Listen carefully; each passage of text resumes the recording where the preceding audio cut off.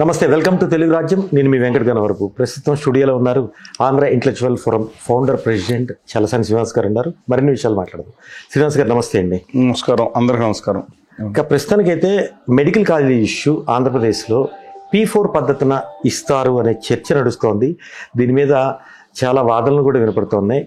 ఏదైతే ప్రభుత్వ కాలేజీల్లో పేదవాడు కూడా డాక్టర్ అవుతాడనే అవకాశాలు ఉన్నాయి, నిరూపితమైనవి చాలా సందర్భాల్లో. కానీ PPP పద్ధతిన ఇస్తే రేపు ఏంటి ప్రశ్నార్థకం అవుదా అనేది కొంత వాదన ఉంది. ఏమంటారు మీరు? ఇంజనీరింగ్ విద్య ఎలాగున్నా మెడికల్ విద్య అనేది ప్రజలకి అందుబాటులోకి రావాల్సి ఉంది. నిజంగా ఆ విద్య పట్ల తృష్ణ ఉన్న వాళ్ళకి, అంటే ప్రజాసేవ చేయాలి, కొంచెం కనీసం కమర్షియల్ కాకుండా తృష్ణ ఉంది, కష్టపడే వాళ్ళకి అవకాశం ఉండాలి.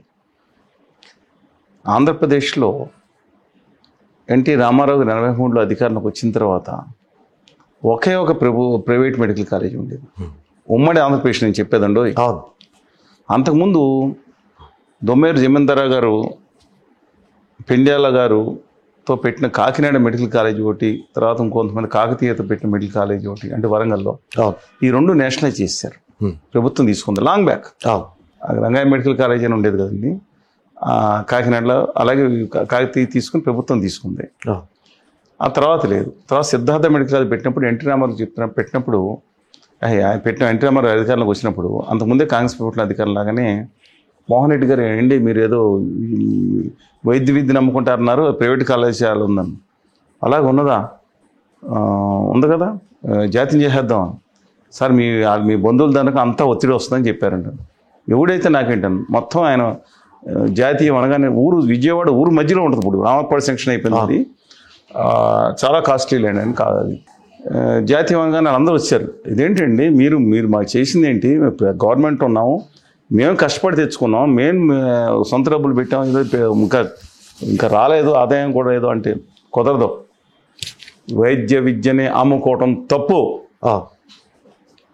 చేసేయండి అంటే అప్పుడు తెలంగాణ లీడర్స్ కూడా వచ్చి, సార్ మరి అక్కడ కూడా పెట్టాలంటే ఎందుకు? రాష్ట్రంలో ఆ కళాశాల నేను తీసుకుని కోస్తా తెలంగాణ రాయలసీమ కూడా ప్రపోర్షన్ ప్రకారం ఇవ్వండి అని చెప్పండి. ఒకే ఒక మెడికల్ కాలేజ్ ఇవాళ ఉమ్మడి ఆంధ్రప్రదేశ్లో వాళ్ళు 2024-25 వరకు కూడా ఏ ఆంధ్ర మెడికల్ కాలేజీకి వెళ్ళినా, కాకతీయ మెడికల్ కాలేజీ వెళ్ళండి, లేదా ఉస్మానియాకి వెళ్ళండి, లేకపోతే వెంకటేశ్వర అండ్ శ్రీకృష్ణదేవరాయ అనంతపురం కానీ ఎక్కడికి వెళ్తే స్థానికంగా 85% నుంచి మిగతా 15% ఓపెన్ అంటారు. బట్ ఎన్టీ రామారావు గారు విజయవాడ సిద్ధ ఆ రోజు ఎవరో హరీశ్రావు గారు మాట్లాడినప్పుడు కూడా టీవీలో చెప్పానప్పుడు, మీరు చూసుకోండి, ఆ కొండ్రు మురళి గారిని, ఆయన ఆరోగ్య శాఖ మంత్రి, ఆయనకి తెలియదు, కిరణ్ కుమార్ రెడ్డి గవర్నమెంట్ ఆయన ఏదో మాట్లాడుతుంటే టీవీ చెప్పాను, చూసుకోండి, ఓన్లీ వన్ కాలేజ్ అండి. ఇవాళ అలాంటి సందర్భం తర్వాత నేదురుమల జనార్దన్ రెడ్డి గారు మళ్ళీ ప్రైవేట్ మెడికల్ కాలేజ్ అనగానే ప్రభుత్వం కూలిపోయింది ఆరోపణల కోర్టుల విషయం. ఆ తర్వాత ప్రైవేట్ మెడికల్ కాలేజ్ వచ్చినాయి. కానీ ఇవాళ మనం చూసుకుంది ఏంటంటేనండి, తెలంగాణలో 4-5 మెడికల్ కాలేజీలు ప్రభుత్వ కాలేజీలు ఉండేవి. ఇవాళ ఎన్ని ఉన్నాయి తెలుసా? ఇవాళ కూడా కంప్లీట్ చేసుకుని మిగతా ఉంటే 30 కాలేజీల పైగా 33 కాలేజీల పైగా ప్రభుత్వ మెడికల్ కాలేజీలు నమ్మగలుగుతున్నారు మీరు? అంటే విభజిత జిల్లాకి రమారమి ఒకటి వచ్చింది దగ్గర, అంటే ఒక జిల్లాకి 2 కూడా ఉన్నాయి. That's different issue. అంటే ఇంకా 4 దానిలో ఉన్నాయి, ఇంకా 4 కాలేజీలు ఇప్పుడు పైప్ లైన్లు ఉన్నాయి. అంటే వచ్చినాయి, మొదలవుతున్నాయి, అవ్వయి కూడా. 36 కళాశాలలో ప్రభుత్వ రంగంలో, అంటే ప్రైవేట్ రంగంలో మళ్ళీ 18 ఉన్నాయి. అంటే చిన్న విషయం కాదు. ఆంధ్రప్రదేశ్లో మీరు గమనిస్తే కనుక రిమ్స్ అని పెట్టారు కొన్ని కాలేజీలు, కడపలోను అన్ని చోట్ల కొన్ని చోట్ల పెట్టారు. ఆ తర్వాత ఇంకో 2 ప్రైవేట్ కళాశాలలో ఒకటి ప్రభుత్వం వచ్చినా సరే, మన జగన్మోహన్ రెడ్డి గారు వచ్చిన సమయంలో 17 ప్రైవేట్ మెడికల్ కాలేజీల కోసం నాకు ఎలా అంటే, పాలకొల్లో ఉండి నేను హాస్పిటల్లో సేవా కార్యక్రమం కోసం అప్లికేషన్ పెట్టాను. ఏది డయాలసిస్ సెంటర్ పెట్టి వచ్చే 3 సంవత్సరాలు నేనే అన్ని ఖర్చులు పెట్టుకుని నేను ఆపరేట్ చేస్తాను, తర్వాత మీరు చేసుకోండి. 2 డయాలసిస్ సెంటర్స్ కింద అనుబంధంగా ఒకటి డయాలసిస్ మిషన్స్ పెడతామని చెప్పి మా అమ్మగారు మొట్టమొదటి మహిళా డాక్టర్ వెస్ట్ గోదావరి డిస్ట్రిక్ట్లో, ఫస్ట్ లేడీ డాక్టర్. మేనమామ గారు DMHO ఈస్ట్ గోదావరి చేశారు, చాలా హానెస్ట్. మా అమ్మగారు కూడా రూపాయికి, అమ్మగారు డాక్టర్ గోపాలం గారు అనే ఎల్డర్లీ వాళ్ళు ఉండేవాళ్ళు. సంవత్సరానికి రూపాయి, ఫ్యామిలీకి ₹2, ₹5. సంవత్సరానికండి, కేసుకి రూపాయి కాదు, రూపాయి డాక్టర్కి కేసు కాదు. అలా చేశారు. సత్యవనతం పెట్టినప్పుడు ఇచ్చేవారు, వాళ్ళ దయాప్రాప్తంగా ఉండేది. అలాగా నేను పెడితే తిరస్కరించారు. తర్వాత అక్కడ మిగతా చోట్ల కొంచెం వాటర్ ట్రీట్మెంట్ ప్లాంట్ పెట్టండి, కొన్ని ట్యాంకులు, హీటర్స్ పెట్టమంటే పెట్టించాను మేము పాలకొల్లు ప్రభుత్వ హాస్పిటల్. మొన్న కొత్తగా పాలకొల్లు దగ్గర చిక్కాల్లో ప్రభుత్వ మెడికల్ కళాశాల శాంక్షన్ అయ్యి already building construction mega engineering కదా అన్ని చేసుకుంటారు, వేరే సంగతి. సరే ఏదైనా మొదలైంది అంటే నేను ఎక్స్పీరియన్స్ అక్కడ నా డయాలసిస్ సెంటర్ అవసరం లేదండి అని. ఇవాళ మిగతా చోట పెడుతున్నారు, ఆ సెంటర్ మిగతా చోట్ల. ఇవాళ అలాంటిది 17 ప్రభుత్వ మెడికల్ కళాశాలలు ₹8,094 కోట్లతో కాంటెమ్ చేశారు. అన్ని డబ్బులు కేటాయించలేదు, అది కూడా ఫ్యాక్ట్. అందులో ఇప్పటికే 4 కళాశాలలు ప్రారంభమైంది, బాగానే నడుస్తున్నాయి. రాజమండ్రిలోను ఇల్లును అయింది. తర్వాత ఇంకో 5వ కళాశాల కూడా మొదలైంది. ఇంకొక 12 ప్రభుత్వ కళాశాలలు రావాలి. దాని నిధులు కూడా ఇవ్వలేదు, అది కూడా డ్రాబ్యాక్ ఉంది. కానీ ప్రభుత్వం దాని మీద పెట్టడం మానేసి దాన్ని విద్యని పబ్లిక్ ప్రైవేట్ పార్ట్నర్షిప్లు చేద్దామనే ఉద్దేశంతో చేయటం అనేది అబ్సల్యూట్లీ రాంగ్ అండి. అంటే మట్టిలో మాణిక్యాలు ఇందా నేను చెప్పినట్లు చాలా మంది బయటకు వచ్చారు. ఈవెన్ కోడెల శివప్రసాద్ గారు కూడా పాలిటిక్స్ కంటే ముందు డాక్టరు. ఆయన ఆ రోజున్న గవర్నమెంట్ ఆయన కాదు, చాలా మంది మనం చూసుకుంటే బారిస్టర్లు వచ్చేవారు, తర్వాత డాక్టర్స్ కూడా ఈజ్ నోబెల్ ప్రొఫెషన్ అండి. It's great. ఇవాళ కొంతమంది దిక్కుమాలిన వాళ్ళ ఏదో మొన్న చూసాం కదా, ఫెర్టిలిటీ సెంటర్ సన్నాసి డాక్టర్లతో పాడు చేస్తాను, డబ్బు కోసం గడ్డి ఖర్చి డబ్బు సంపాదించుకోవాలి. ఎందుకంటే మిషనరీ ఎక్విప్మెంట్ కాస్ట్ పెరిగిపోయింది, 3 కోట్లు. ఎంఆర్ఐ ఎక్కడ పెడితే అక్కడికి వెళ్ళిపోతుంది, అది దాని కొంతవరకు ఉంది. కానీ ఇప్పుడు ఉషా మల్లపూడి క్లినిక్లో వెంకటరత్నం గారు అనే డాక్టర్ గారు పెట్టినప్పుడు ఎంత విష ప్రచారం చేశారు ఆయన మీద. తర్వాత శివరావు గారిని ఒక హాస్పిటల్ పెట్టినప్పుడు ఎంఆర్ఐలు 5,000 ఉంటే 1,500, 2,000 అనగానే జనం నవ్వారు. ఇవాళ మెడిప్లేస్ వస్తుంది, ఒక దోపిడీ వ్యవస్థ సమాంతరంగా కార్పొరేట్ స్థాయిలో అందరూ అంటలేదండి, ఆ కాస్ట్ పెట్టుకుంటున్నారు కాబట్టి. కానీ అడ్డమైన ఆపరేషన్ చేసే వాళ్ళ గురించి మాట్లాడుతున్నాను. కానీ ఇవాళ మాత్రం ప్రభుత్వ మెడికల్ కళాశాలలు ఉండటం వల్ల దయచేసి గుర్తుంచుకోండి, ఇది కళాశాల మాత్రమే కాదు, దానికి ఉండాల్సిన ఒక సీట్లు పెట్టి నిజంగా 200 సీట్లు ఇనీషియల్గా మొదలు పెట్టుకుని 300 పెరిగితే కనుక మినిమం 500 పడకల హాస్పిటల్, ధర్మాసుపత్రి, సర్వజన ఆసుపత్రి, జనరల్ హాస్పిటల్ అంట దాన్ని. మీరు అపోలో హాస్పిటల్ హైదరాబాద్లో ఎప్పుడు చూడండి, అందరూ మెయిన్ గేట్లు దిగుతారు, వెనకమాల జనరల్ హాస్పిటల్, దానికి వెళ్ళరు ఎవరు. కోవిడ్ సమయంలో యువత 1,00,000 అవతల 5,000కే చేశారు. చెప్తున్నానండి, చూశాను. మా కుటుంబ సభ్యులు కూడా దాంట్లోనే వచ్చినప్పుడు పెట్టడం జరిగింది. నేను జనరల్ హాస్పిటల్లో అది ప్రభుత్వంతో లింక్ అయి ఉంది కాబట్టి ఇది P4 అయితే మీరు అన్నట్లు ఇప్పుడు అట్లా చేస్తారా వాళ్ళు? అబ్సల్యూట్గా వాళ్ళు అలా అంటారు. వాళ్ళ అపోలోలో కూడా అనండి 25% కేబీఆర్ గారు, ఎన్టీఆర్ గారు అందరూ, బ్రహ్మానంద రెడ్డి గారు ఆయన చేసిన దాన్ని ఏమంటారు 25% ఉచితంగా చేయాలి రూల్ ఉంది. 27 ఎకరాలు దాదాపు 3-4 వేల కోట్ల రూపాయలు విలువే భూమి ఉచితంగా ఇచ్చారు దాదాపుగా. ఎంతమంది 25% చేస్తున్నారు అపోలోలో? ప్రశ్న లేదు, కష్టం. నేను చెప్తే సోది అందని చెప్పుకోమన్నాడు. అందువలన ఇవాళ ఒకటే నేను కోరుకుంటున్నాను, దయచేసి ఇప్పుడు మీకు దీని బదులు మీరు చర్చ పెట్టారనుకోండి, ఏది దువ్వాడ శ్రీనివాస్ గారి ప్రేమలో మరో కోణం అని 9 లక్షలు, సూపర్, 9 లక్షలు చూసి వస్తాయి. అందుకని మనం డిమాండ్ చేయాల్సింది ఏంటంటే, ఒక విషయం, ప్రజలందరికీ కావాల్సింది మీరు కూర్చోబెట్టి అన్నం పెట్టి స్పూన్ ఉచితం, అన్నం ఫ్రీ, స్పూన్ ఉచితం కాదు.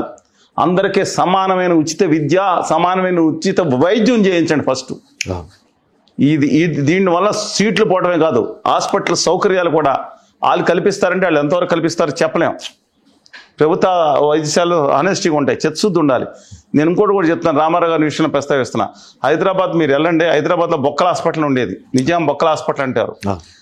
దాన్ని సుబ్బారావు గారిని పిలిచి Nizam institute of medical sciences, NIMS అంటే ఎయిమ్స్ తరహాలో దాన్ని ప్లాన్ చేస్తే, మా పాలకొల్లు ఎమ్మెల్యే అల్లు సత్యనారాయణ గారితో సహా వాళ్ళిద్దరు అనారోగ్యం వచ్చినప్పుడు వెయిట్ చేసి, మీరు అప్పుడు అపోలో ఉంది, మెడిన్ ఎన్ని ఉన్నాయి కాదు, నాకు దాంట్లోనే హాస్పిటల్లోనే బెడ్ కావాలన్నారు.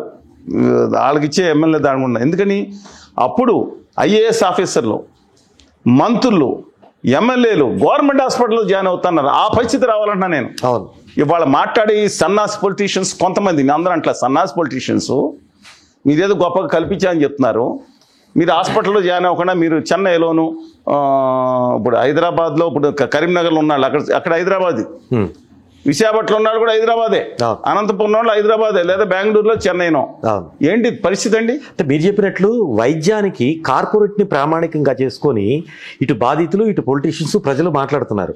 ప్రభుత్వ ఆసుపత్రిని ప్రామాణికంగా చేసుకునే రోజులు రావాలి. అదే నేను చెప్పాను, నిమ్స్ హాస్పిటల్ని నాకు బెడ్ కావాలి దాంట్లో బావని ఎమ్మెల్యేలు మంత్రులు కూడా, మంత్రులు అంటే వచ్చేసేది, ఎమ్మెల్యేలు కూడా ముందు దాంట్లో జాయిన్ అవుతాను పరిస్థితులు వచ్చినప్పుడు మిగతా అది ఎందుకు సాధ్యం కాదు? ఇవాళ ఆరోగ్యశ్రీ వల్ల లాభం జరిగింది, నేను సెకండ్ థాట్ లేదు. కానీ అదే సమయంలో 90% ఆ మంచి జరిగిన 10% ప్రభుత్వ హాస్పిటల్ నిర్లక్ష్యం చేయబడ్డాయి. వేలాది కోట్ల రూపాయలు 10,000, 15,000, 20,000, 30,000 కోట్లు ఖర్చు పెట్టింది అంటూ కొంత ప్రభుత్వ హాస్పిటల్ ఖర్చు పెట్టి జవాబుదారీతనం కావాలి.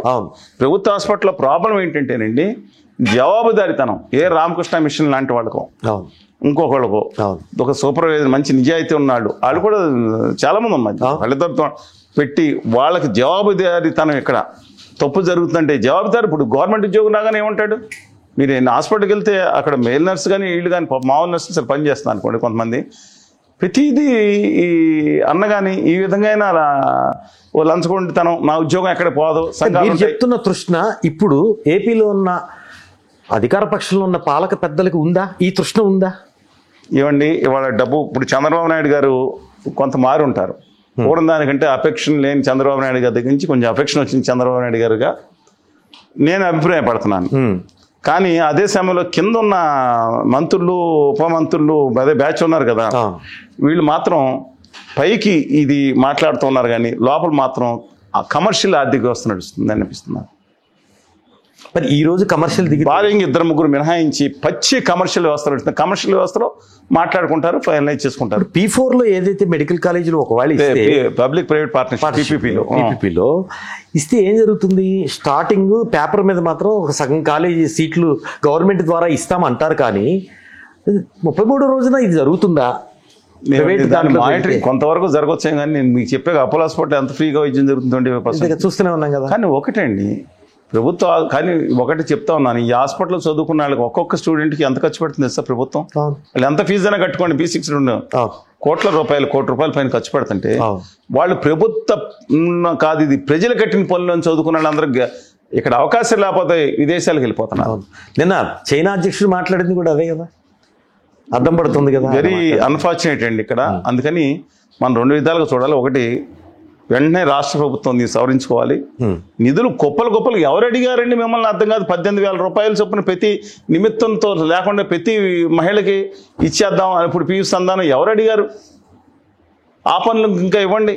4,000 రూపాయలు జగన్మోహన్ రెడ్డి గారి హయాంలో ఉన్న దాన్ని ఏమంటారు పాలనలో కూడా 1,000 చొప్పున 3,000 ఎక్స్ట్రా, 3,000 4,000 ఎక్స్ట్రా ఆయన చేసిన దాంట్లో కొంచెం ఇమ్మని ఎవరు అడిగారు? 1,000 కోట్లు పెట్టుకుంటే 2-3 హాస్పిటల్ 5 హాస్పిటల్లో బండి నడిచేది కదా. 500 నుంచి 600 కోట్లు ఏమిటండి దేనికండి నాకు అర్థం కాదు. అంటే మాట్లాడగానే జగన్మోహన్ రెడ్డి గారు అధికారంలో అవినీతి జరిగిందని కదా 11 సీట్లు ఇచ్చి కూర్చోబెట్టారు.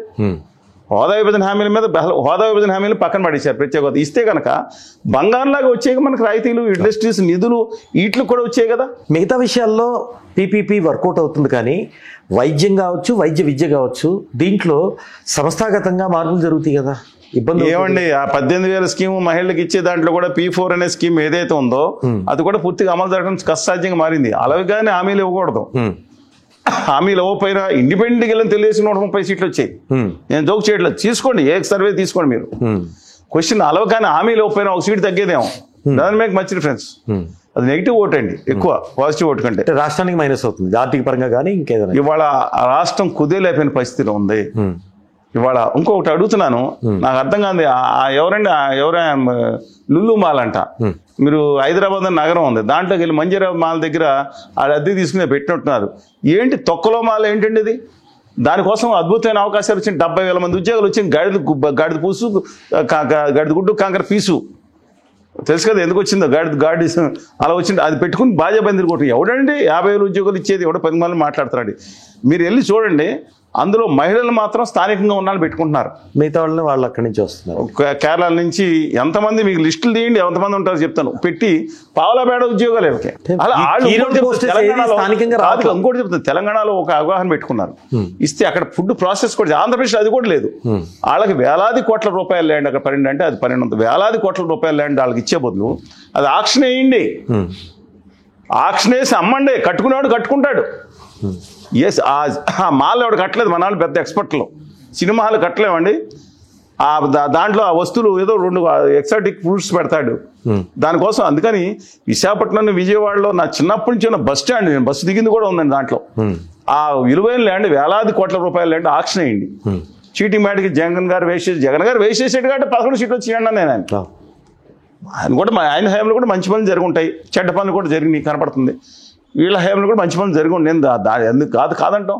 కానీ నేను చెప్తున్నా కదా, అంటే ఆ కొన్ని వేల కోట్లు పెడితే మీకు ఇంకొక 7 కాలేజీలు అయిపోతాయి కదా. మీరు ఇష్టం వచ్చిన పేరు పెట్టుకోండి. ఇప్పుడు కొన్ని సరిచేయాలి. ఇప్పుడు ఎన్టీఆర్ హెల్త్ సైన్సెస్ పేరు మార్చి డాక్టర్ రాజశేఖర్ గారి పేరు పెట్టి తప్పు చేశారు. ఎన్టీ రామారావు గారు ఐడియా పెట్టాడు దేశంలో మొదటిసారి. యూనివర్సిటీ ఇంట్లో ఒక హెల్త్ పెట్టాలని చెప్పి విజయవాడలో పెట్టి సిద్ధార్థ మెడికల్ కాలేజ్ ప్రాంగణం పక్కన పెట్టారు అప్పుడు ఆ రోజులు.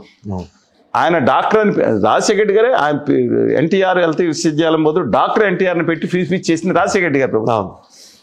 అందువల్ల ఆ మిస్టేక్స్ అని చేశారు, దట్ డిఫరెంట్, దాని దీని రిలవెన్స్ అంటలేదు. బట్ ఫస్ట్ అండ్ ఫార్మోస్ట్ రాష్ట్ర ప్రభుత్వం వెంటనే సవరించుకోవాలి. పాజిటివ్ ఐడియాస్ ఎవరు ఇచ్చినా సరే తీసుకోవాలి. నిధులు దానికి ఎక్కడయ్యి అన్నప్పుడు ఎస్ అతను ఆయన ప్రాబ్లం చేసినప్పుడు ఒక దశల వారీగా తీసుకోవాలి. డెఫినెట్గా నిలబెట్టుకోవాలి. జనరల్ హాస్పిటల్స్ మీద నిలబెట్టాలి. వైద్యానికి, ఉచితమైన విద్యకి దీనికి ప్రాధాన్యత ఇవ్వాలి. ప్రతి వాళ్ళకి వండి ఇంట్లో తినే ప్రోగ్రామ్ అనేది తర్వాత చూదురు. కానీ ఇంటింటికి స్పూన్ పథకం, అంటే అన్నం ఫ్రీగా సంపిస్తారు, స్పూన్ లేదు కదా, స్పూన్ కూడా ఇంటింటికి స్పెషల్ ఇవన్నీ తర్వాత చేదురు. కానీ ఉచిత విద్య వైద్యం మీద కాన్సంట్రేట్ చేయండి. హలో, తెలుగు రాజ్యం ఛానల్ చూస్తున్నారా? సామాజిక, రాజకీయ, జీవన చిత్రణే తెలుగు రాజ్యం. అతిశయోక్తులు, అసత్యాలు ఉండవు. రాజకీయ కోణం కాదు, ప్రజా కోణమే కొలబద్ద. తెలుగు రాజ్యం వీక్షణ మీ ఉత్తమ అభిరుచికి నిదర్శనం.